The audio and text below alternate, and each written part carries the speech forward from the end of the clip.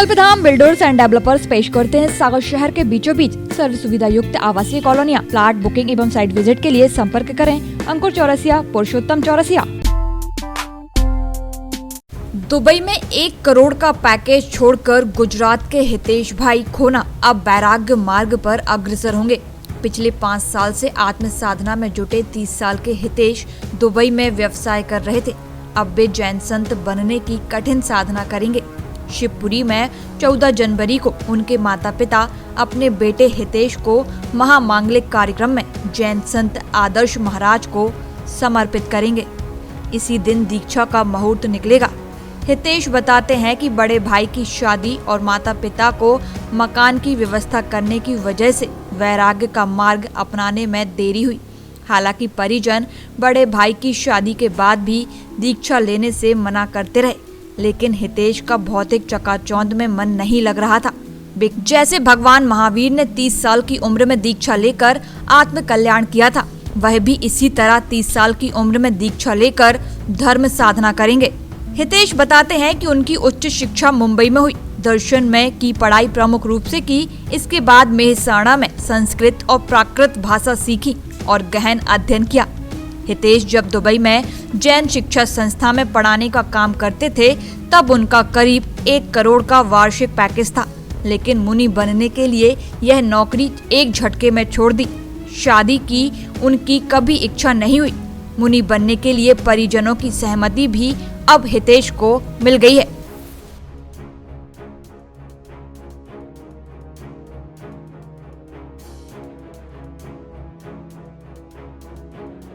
आपका शुभ नाम क्या है? मेरा नाम हितेश कुमार भाईचंद खोना। अच्छा, आप कहाँ के रहने वाले हैं? मैं मूलतः मेरा जन्म जामनगर यानी गुजरात का है और ब्रॉटअप यानी पूरा एजुकेशन मेरा मुंबई में हुआ है। अच्छा, क्या एजुकेशन है आपका? मेरा एजुकेशन मुंबई यूनिवर्सिटी से मैंने बीकॉम किया और फिर फिलोसॉफी के अंदर मुंबई यूनिवर्सिटी से ही स्टडीज़ की, यानी हायर स्टडीज़ के अंदर फिलोसॉफी लिया हुआ था। अच्छा, आपके माता पिता क्या व्यापार करते हैं या सर्विस करते हैं? माता पिता कृषक है, यानी माताजी घर पर गृहिणी और पिताजी कृषक हैं गुजरात के अंदर। अच्छा, आपने जॉब जो किया कैसे शुरुआत की उसकी और कहाँ तक पहुँचे? मेरा जॉब मैं बीकॉम की स्टडीज़ कर रहा था, साथ में ही टैक्स की प्रैक्टिस भी करता था। तो 4-5 वर्ष मैंने इनकम टैक्स, सर्विस टैक्स इत्यादि टैक्स के ऊपर मैंने कार्य किया हुआ है मुंबई के अंदर ही। फिर आप दुबई कैसे पहुँचे? जी हाँ, जैसे मैंने कहा कि मैं फ़िलासफ़ी की स्टडी कर रहा था, तो मुंबई यूनिवर्सिटी से फ़िलासफ़ी की स्टडी करने के बाद एक विचार आया कि मुझे डॉक्टरेट करना है, पीएचडी करनी है। तो पीएचडी के लिए संस्कृत और प्राकृत का अभ्यास बहुत ही आवश्यक होता है। तो संस्कृत और प्राकृत की हायर स्टडीज़ के लिए फिर मैं गुजरात में मेहसाणा है, जो एक जैन इंस्टीट्यूट है, वहाँ पर ही हायर स्टडीज़ के लिए मैं वहाँ पर गया और वहाँ पर मैंने 3 वर्ष संस्कृत और प्राकृत के ऊपर अभ्यास किया, जिसके द्वारा यह भाव की ओर मैं आगे बढ़ पा रहा हूँ। इस पर पीएचडी भी की किसी विषय में? नहीं, मैंने पीएचडी फिर नहीं की, क्योंकि पीएचडी के लिए अच्छा खासा एक समय चाहिए था। इतना समय मैं नहीं दे पा रहा था। तो फिर मैंने यह अभ्यास करने के बाद मैं जैन संतों को और गृहस्थों को धर्म का अभ्यास कर रहा था। अच्छा, फिर आप देश से बाहर कैसे पहुँचे और वहाँ क्या क्या काम किए? जी, मैं जैन संतों को ही पढ़ा रहा था। यहाँ पर हमारे पूज्य गुरुदेव चेन्नई के अंदर तमिलनाडु में चातुर्मास में थे, और तभी दुबई से मुझे कॉल आया कि भाई आप हमें यहाँ पर जैनों को पढ़ाने के लिए आएंगे क्या? तो मैंने कहा कि जी बिल्कुल, मैं गुरुदेव की आज्ञा ले लेता हूँ। गुरुदेव ने मुझे कहा कि अच्छा है कि आपको एक पढ़ाने का अच्छा मौका मिलेगा ओवरसीज़, और धर्म का प्रचार का भी लाभ मिलेगा। तो इस तरह से दुबई वालों ने मुझे वहाँ पर इन्वाइट किया कि 3 महीने आप देखिए, हम भी देखेंगे, आप भी देखें कि आपको यहाँ पर जमता है या नहीं है, फिर हम आगे का सोचेंगे। तो 3 महीने तक बहुत अच्छी तरह से रहा, उनको भी बहुत अच्छा लगा और मुझे भी अच्छा लगा। तो फिर आगे उन्होंने मुझे कंटिन्यू किया धर्म के अभ्यास के लिए और कराने के लिए वहाँ पर। मतलब जैन धर्म से जुड़े जो संस्थान है उन्हीं में आपने अध्यापन का काम? जी हाँ, जी हाँ, जैन संस्थान वहाँ पर है, यानी कि भारत देश के बाहर यूएई पूरा का पूरा जो है वह हमारा संघ है, तो उसको मैं रिप्रेजेंट करता था। जितने भी जैनी वहाँ पर रहते हैं उनको जैन धर्म का ज्ञान देने का कार्य वहाँ पर करता था। अच्छा, आपको क्या पैकेज देते थे? पैकेज वहाँ पर मेरा बहुत अच्छा था। जैसे कह सकते कि मेरे रहने की व्यवस्था बहुत अच्छी वहाँ पर वो लोग ने मुझे दी हुई थी, जिसके अंदर वहाँ का, क्योंकि वहाँ पर सब घर रेंट पर ही होते, तो उसका रेंट ही करीबन, जब मैं गया था तब 40 लाख उसका रेंट था। और साथ में मेरा भी एक पेमेंट वो मुझे करते थे, साथ में वहाँ पर एक मेड भी वो लोग ने अवेलेबल किया था जो मेरा खाना और मेरा ध्यान रखे सब कुछ। तो वे सब कुछ अगर हम देखते तो पैकेज के तौर पर नहीं, लेकिन वो लोग मेरे एक के पीछे इतना अच्छा खर्च कर रहे थे कि करीबन वह 1 CR को क्रॉस कर जाए, 1 करोड़ को क्रॉस कर सके, वैसा पूरा मेरे पर वह खर्च करते थे। और मुझे भी बहुत अच्छी वो लोग सैलरी देते थे, क्योंकि मेरी भी एक आजीविका चले इस हेतु। अच्छा जी, करीबन 25-30 लाख रुपए के आसपास, इंडियन रुपीज़ के आसपास यह वे लोग मेरा बहुमान करते थे। और बाकी जो मेरी रहने की व्यवस्थाएं इत्यादि भी जो होती थी, वे भी सारा का सारा वे लोग ही बेयर करते थे। और जो मुझे यहाँ पर मेरा ध्यान रखने के लिए, खाना बनाने के लिए इत्यादि, वह व्यक्ति भी वह लोग भी प्रदान करते थे। तो सारा का सारा खर्च वहाँ के लोग ही उठाते थे, जो कह सकते हैं प्रायः कि 1 करोड़ के आसपास हो जाता था वार्षिक। जी हाँ जी। अच्छा, इस दौरान आपकी शादी करने की इच्छा है, गृहस्थी बसाने की इच्छा हुई? ऐसी इच्छा पहले से ही नहीं थी, क्योंकि पहले से ही मन अध्यात्म की ओर झुका हुआ था। एक कारण से बस अटका हुआ था कि माता पिता की एक अनुमति मिल जाए। बड़ा भाई भी था तो उसकी अगर शादी हो जाए तो फिर मुझे अनुमति मिल जाए। सो लास्ट ईयर बड़े भाई की शादी हो गई और फिर मुझे माता पिता ने अनुमति प्रदान की कि अब आप आगे बढ़ सकते हो। तो उन्होंने मतलब सहर्ष की दी अनुमति कि आपने थोड़ी जिद की, हट किया? नहीं, क्योंकि मैं तो बचपन से उनके पास अनुमति मांग रहा था। जब मैं करीबन 16 वर्ष की उम्र का था तब से, तो वे भी मेरी परीक्षा कर रहे थे कि भाई एक्चुअली में ये टिक सकता है या नहीं टिक सकता है। तो तब से लेकर मैं भी बस कि मुझे आप अनुमति दीजिए। और फाइनली मैंने उनको कहा भी कि जो एक बेटे की जो जिम्मेदारी होती है वह जिम्मेदारी मैं पूर्ण कर रहा हूँ। उनकी जो आवश्यकताएं हैं कि उनको भविष्य के अंदर कोई तकलीफ ना आए, उनको रहने के लिए अच्छा घर हो, उनके बैंक अकाउंट में अच्छे पैसे मैं रख दूँ कि जिसके कारण उनकी आगे की जीवन यापन बहुत अच्छी तरीके से चले, वे सारा मैंने पूर्ण कर दिया था।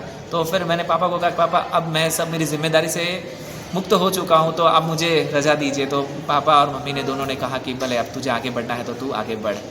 और बड़ा भाई है, वैसे तो बड़ा भाई भी माता पिता की और बड़ी बहनें इत्यादि है, लेकिन उन्होंने सहर्ष अनुमति दी कि अब तू अध्यात्म के मार्ग पर आगे बढ़। बचपन के अंदर पुस्तकें पढ़ने का बड़ा शौक था और कॉमिक पढ़ते थे पिक्चर वाली, और उसमें ऑलवेज एंडिंग के अंदर आता था हैप्पी एंडिंग, जैसे कि वह संत बने और मोक्ष मार्ग की यात्रा पे आगे निकल गए।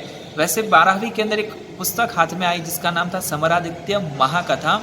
करीबन 1500 पेज की यह पुस्तक 3 वॉल्यूम के अंदर थी, और तब पढ़ा और अंदर से ही ऐसा हुआ कि हकीकत के अंदर यहाँ पे जो कुछ बात कर रहे हो बिल्कुल सही है।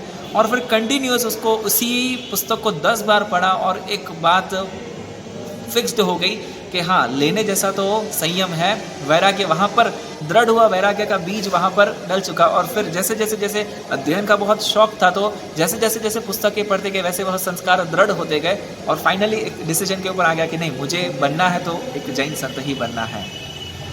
अच्छा, हमारी परंपरा के अनुसार संक्रांत के दिन मुझे मेरे गुरुदेव मुहूर्त प्रदान करेंगे। उस मुहूर्त के अंदर कि कौन से दिन मुझे दीक्षा लेनी है, कौन सा स्थल होगा इत्यादि सब कुछ संक्रांत के दिन में मुझे यह मुहूर्त प्रदान करेंगे, और तब यह एग्जैक्ट क्लियर डेट मिल जाएगी तिथि के अनुसार कि भाई आपको कौन सी तिथि के दिन आपको जैन संत बनना है। अच्छा, आपने ज़्यादा कौन सा दर्शन पढ़ा है, जैन दर्शन या गीता का दर्शन, या जो भारतीयों कहा जाता है कि उपनिषद में दर्शन सबसे ज़्यादा है, या खगोल का ज्ञान सबसे ज़्यादा है, तो आपको किस चीज़ ने सबसे ज़्यादा प्रभावित किया? मैंने वैसे जब मुंबई यूनिवर्सिटी में स्टडी कर रहा था तब सभी दर्शनों की पढ़ाई करने का एक मौका मिला। क्रिश्चियनिटी को भी पढ़ने का मौका मिला, ज़ोरास्ट्रियनिज्म का भी पढ़ने का मौका मिला। जैनिज़्म, बाई बर्थ जैन हूँ तो जैनिज़्म में झुकाव ज़्यादा था, लेकिन बाकी फिलॉसफी का स्पर्श ना की। और जैनिज़्म के अंदर पर्टिकुलरली जो कर्म साहित्य पढ़ा, वो कर्म साहित्य के कारण एक दृढ़ भाव और दृढ़ हो गए और झुकाव हुआ संत बनने की और संन्यास की ओर। अच्छा, भारत में ही नहीं दुनिया में ज्ञान बहुत ऊपर जा रहा है, लोग बहुत शिक्षित हो रहे हैं, उच्च शिक्षित हो रहे हैं, लेकिन देखा जा रहा है कि जितने लोग शिक्षित होते जा रहे हैं, बड़े पदों पर बैठते जा रहे हैं, पैसा भी अच्छा कमा रहे हैं, इसके बावजूद भी दुनिया चरित्रहीनता की ओर बढ़ रही है। तो क्यों धर्म का और दर्शन पे लोगों का प्रभाव नहीं है? एक विडम्बना सी लगती है? मेरी एक यह मान्यता है कि हम वेस्टर्न कल्चर को यानी पश्चिमी साहित्य के पश्चिम कल्चर को हम हमारे जीवन के अंदर अनुकरण करना चाहते हैं। जो आज की मूवीज़ हमको दिखाती है, प्रायः उसके कारण आज की यूथ के ऊपर और आज के लोगों के ऊपर उसका बहुत बड़ा प्रभाव है। इसी के कारण प्राय हम देख सकते हैं कि सब लोग धर्म से और हमारी संस्कृति से दूर जा रहे हैं। हमारी इस अंग्रेजी ने भाषाओं को भी निगलना शुरू कर दिया है। संस्कृत की बहुत बुरी हालत है, पक्के तौर पर कह हिंदी सकते की बहुत बुरी हालत है, और जो अन्य भारतीय भाषाएं जिनमें संस्कृत को तो माना जाता है कि सबसे ज़्यादा ज्ञान का भंडार है तो संस्कृत है। शब्द का भंडार भी 25 लाख उसमें शब्द बनाए जाते हैं, जबकि अंग्रेजी में 3 लाख के लगभग ही शब्द हैं। इसके बावजूद हमारी भाषाएं अंग्रेजी से मुकाबला नहीं कर पा रही। तो धर्म के क्षेत्र में आप आने के बाद इस दिशा में भी कोई प्रयोग करेंगे कि जिससे लोग अपनी मेरा यह पूरा प्रयत्न है। और आपको जानकर खुशी होगी कि दुबई के अंदर हम लोगों ने ऐसी 4 शिविरों का आयोजन किया, जिसके अंदर मात्र जैन नहीं, अजैन वर्ग भी, जिसमें बड़ा वर्ग केरलाइट लोगों का था, साउथ इंडियंस थे, वे सभी के सभी इस शिविर के अंदर जुड़े थे। जो 10 दिन की शिविर होती थी, जिसके अंदर संस्कृत संभाषण यानी संस्कृत बोलते सीखो, इसका हम लोगों ने दुबई और शारजहाँ के अंदर 10-10 दिन की ऐसी 4 शिविरें हमने वहाँ पे रखी। यानी एक संत बनने के बाद एक पूरा यह लक्ष्य है कि जो हमारी भाषाएं हैं जैसे संस्कृत, प्राकृत, इन भाषाओं को पुनः जागृत करने का एक बहुत बड़ा लक्ष्य हृदय के अंदर बैठा हुआ है। जैसे ब्राह्मी लिपि में भी हमारा तमाम साहित्य है, लेकिन ब्राह्मी लिपि अभी तक पढ़ी ही नहीं गई है। जी लिपि हमारे पास हाजिर है, लेकिन आज का वर्ग इतना सुषुप्त हो चुका है कि प्रायः आज किसी को पढ़ना अच्छा नहीं लगता है। यह पूरी भावना है कि जो हमारी पुरातन संस्कृति है, इसको फिर से हम जागृत करें और आज की यंग जनरेशन को इसकी ओर हम खींचें। धन्यवाद। मेरा नाम अक्षत रत्न सागर। और जैन संत का कोई एक निश्चित स्थान नहीं होता है, हम लोग लगातार निरंतर विचरण करते रहते हैं। सिर्फ चातुर्मास के जो 4 माह होते हैं उसी समय हम एक जगह स्थिर रहते हैं, बाकी सतत हमारा विचरण चलता रहता है। अच्छा, जैन समाज का या जैन धर्म का ऐसा क्या प्रभाव है कि सबसे ज़्यादा लोग बहुत ऊंचे पदों पर पहुंचने के बाद, बहुत अच्छा पैसा कमाने के बाद एकदम सारा त्याग करके और धार्मिक व्यक्ति बन जाते हैं, संत बन जाते हैं? आखिर उसमें ऐसा क्या तत्व है? दुनिया के सभी धर्म श्रेष्ठ हैं, पर जैन धर्म को सबसे अलग जो बताने की जो थीम है वो सबसे महत्वपूर्ण ये है कि दुनिया के सब धर्म और जैन धर्म का अगर हम विभागीकृत करें, अलग अलग करें, तो उसके पीछे का रीज़न है कि जैन धर्म के अंदर God is never monopoly game in Jainism. यहाँ भगवान किसी एक की मोनोपोली नहीं है। हर व्यक्ति भगवान बन सकता है, हर आत्मा परमात्मा बन सकती है, हर कंकर शंकर बन सकता है, हर जीव शिव बन सकता है। इसके लिए व्यक्ति जब सब कुछ प्राप्त करने के बाद भी जो उसके अंदर परमात्मा बनने का जो ख्वाब रहता है कि मैं भी उस अरिहंत की हॉट सीट पे पहुंच सकता हूं, इसके लिए वो इस संत जीवन का आचरण आलंबन में लेता है कि मैं इसमें चलते हुए उस मार्ग तक पहुंच सकता हूं। बाकी किसी भी धर्म के अंदर भगवान की जो सीट है वो रिजर्व करी हुई है कि भगवान कोई नहीं बन सकता। और जैन धर्म भगवान बनाने की सीट पे आपको भी बिठा सकता है अगर आप उसका अनुकरण कर करके जाए तो। जैन धर्म भी राम को मानता है, कृष्ण को मानता है, उसमें विश्वास रखता है, पर बस हम लोगों की जो मान्यता है अवतार से हर जो महापुरुष आए उन्होंने समाज को नई दिशा बताई है। और उस दिशा के बाद अगर उस महापुरुष के कदम पर चला जाए तो व्यक्ति भी महापुरुष बन सकता है और वो भी अपने जीवन को मुक्त कर सकता है। वहाँ पर जाकर के हम अलग हो जाते हैं। हिंदू धर्म का कहना यह आता है कि महापुरुष है, वहाँ असामान्य व्यक्ति नहीं बन सकता। और जैन धर्म कहता है कि अगर आप महापुरुष का अनुकरण करते हो तो आप भी महापुरुष बन सकते हो। धन्यवाद। शिवपुरी से राकेश भोज, सागर टीवी न्यूज। बनाए अपने सपनों का घर कल्पधाम बिल्डर्स एंड डेवलपर्स के साथ प्राकृतिक सुंदरता के बीचों बीच। आचरण इको सिटी, कनेरा देव, बागराज वार्ड, सागर, जिनमें आपको मिलेगा सभी शासकीय अनुमतियां, सभी बैंकों से फाइनेंस सुविधा उपलब्ध, सीसीटीवी कैमरे से सुरक्षित कैंपस, 24 घंटे सिक्योरिटी गार्ड, बच्चों के खेलने की उपकरणों सहित हरे भरे पार्क, चौड़े कंक्रीट रोड, कवर्ड कैंपस सहित सुंदर एवं विशाल प्रवेश द्वार, 24 घंटे पानी की सुविधा, क्लियर ड्रेनेज सहित अंडरग्राउंड सीवर लाइन एवं sewerage treatment plant. Flat booking एवं साइट विजिट के लिए संपर्क करें। Office HIG 6, Jiyamapuram colony, phase 2, medical college road, Tili ward, Sagar, Madhya प्रदेश।